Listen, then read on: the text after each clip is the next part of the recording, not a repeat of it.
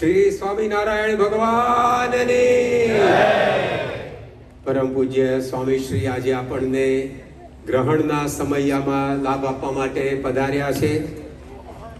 આજે આપણે સૌ આ ગ્રહણના સમયમાં બાપા આ સમયમાં કેટલુંક હરિભક્તોએ ગ્રહણ કરવાનું થશે અને કેટલુંક આપે પણ ગ્રહણ કરવાનું થશે.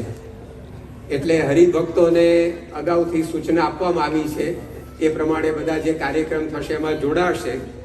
ગુણાતીતાનંદ સ્વામી એવું કહ્યું છે કે ભગવાન અને સંતની ગમતી રુચિ કર્યા સિવાય ભગવાનનું સુખ મળશે પણ ભોગવાશે નહીં. માટે સંતની જેવી રુચિ હોય એવી આપણી રુચિ આપણે કરવી જોઈએ.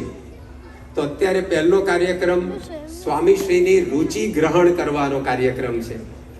એના માટે આપણે ડાબી બાજુ જે હરિભક્તો બેઠા છે સ્વામીશ્રીની એ સ્વામી મહંત વૃંદ છે અને આપની જમણી બાજુ છે બધા કેશવ વૃંદ છે.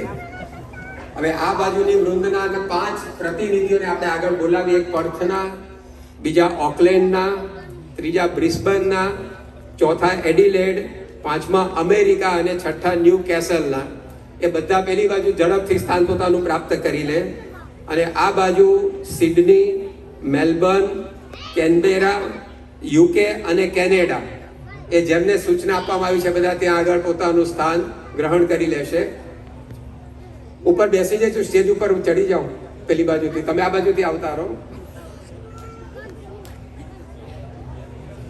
બધા એક જ લાઈનમાં બેસજો, ટોળું નહીં. હવે આ ગ્રુપના આ 5 પ્રતિનિધિ છે. પેલા ગ્રુપના પેલા 5 પ્રતિનિધિ, 6 પ્રતિનિધિ છે. પરમ પૂજ્ય સ્વામીશ્રી પોતાની રુચિ, એક પરમ પૂજ્ય સ્વામીશ્રી પોતાની રુચિ ક્યાં તો કોઈક વસ્તુ પકડીને આપણી સામે પ્રગટ કરશે અથવા તો કોઈક એક્શન કરીને પ્રગટ કરશે. આપણે 5 સેકન્ડમાં એને ઓળખી જવાની છે. કોઈએ બોલવા નથી. જેને આવડે એને હાથ ઊંચો કરવાનો. એક રાઉન્ડ ઉપર બેઠેલા માટે જશે, બીજો રાઉન્ડ નીચે બેઠેલા માટે આવશે, ત્રીજો રાઉન્ડ પાછો અહીંયા આવશે, ચોથો નીચે આવશે. જેમને જવાબ આવડે એને હાથ ઊંચો કરવાનો, બોલવાનું નહીં. કહેવામાં આવે ત્યારે જ બોલીશું આપણે.